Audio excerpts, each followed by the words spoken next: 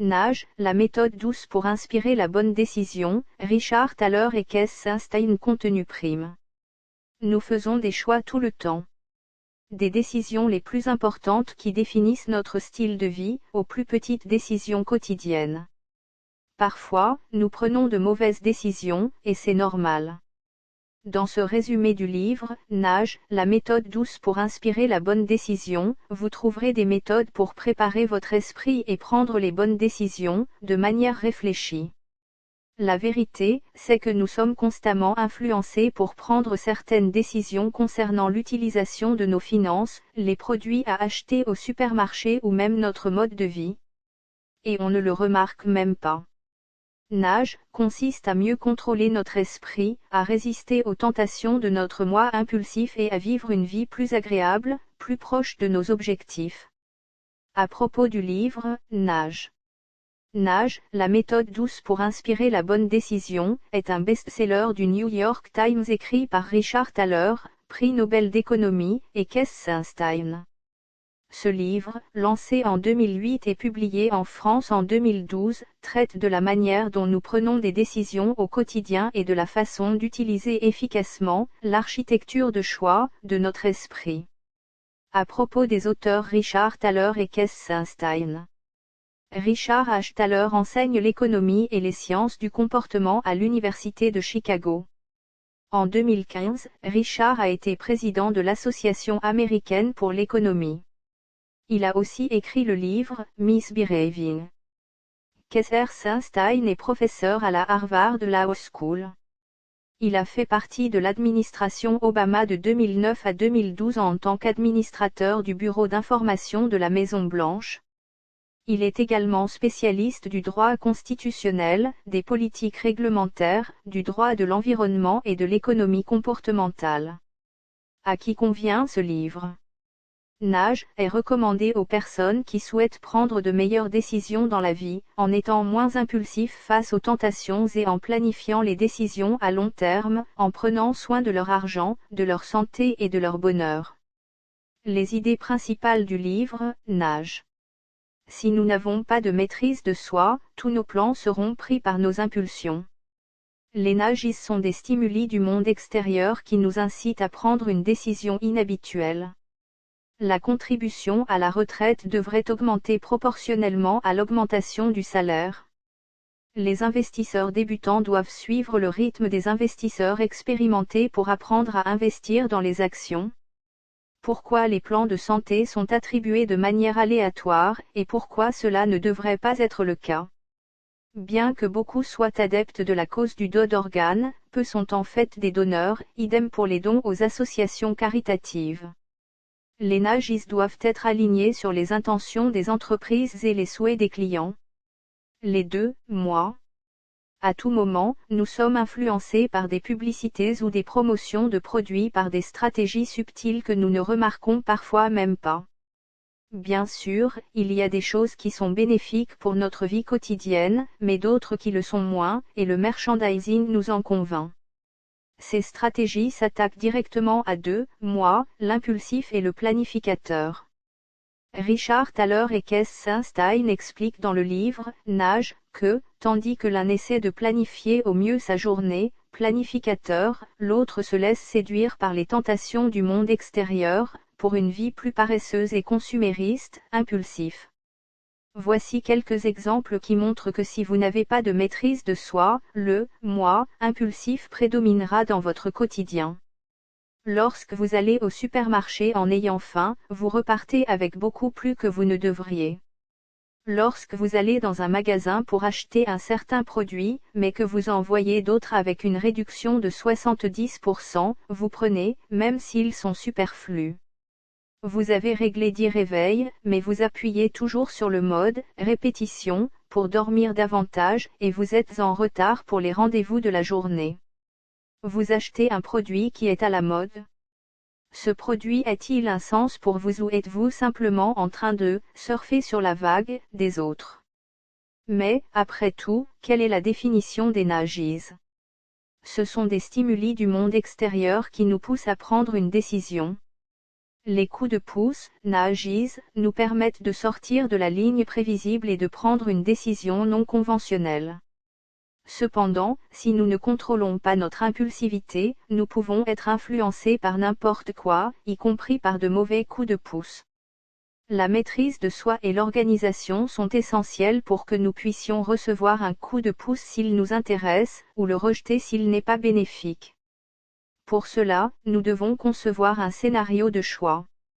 Comment faisons-nous? Voici quelques conseils. Sachez ce que vous aimez, recherchez des commentaires sur les produits, les services ou même vos performances au travail, connaissez le degré de difficulté des conséquences de votre décision. Les choix sur l'argent.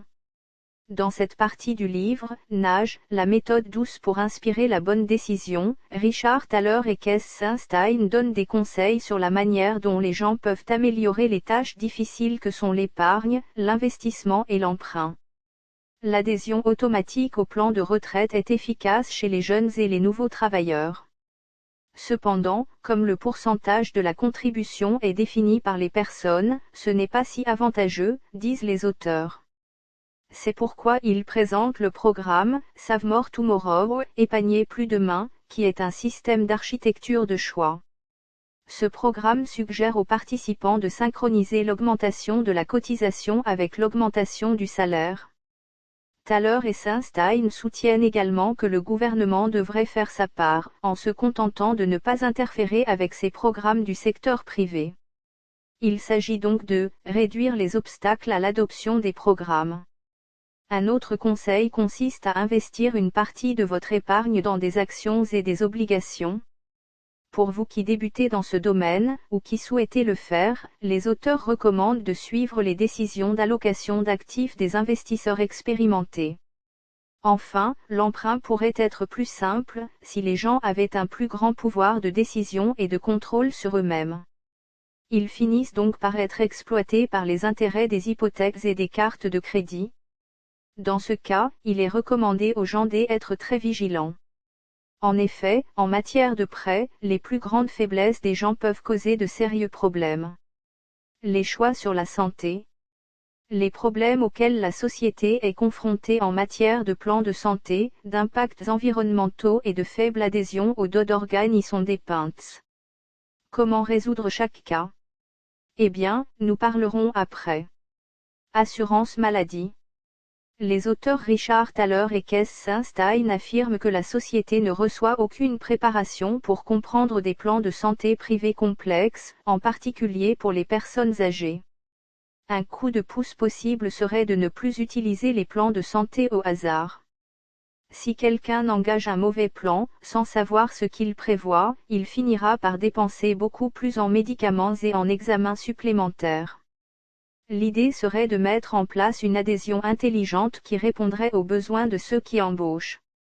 Don d'organes.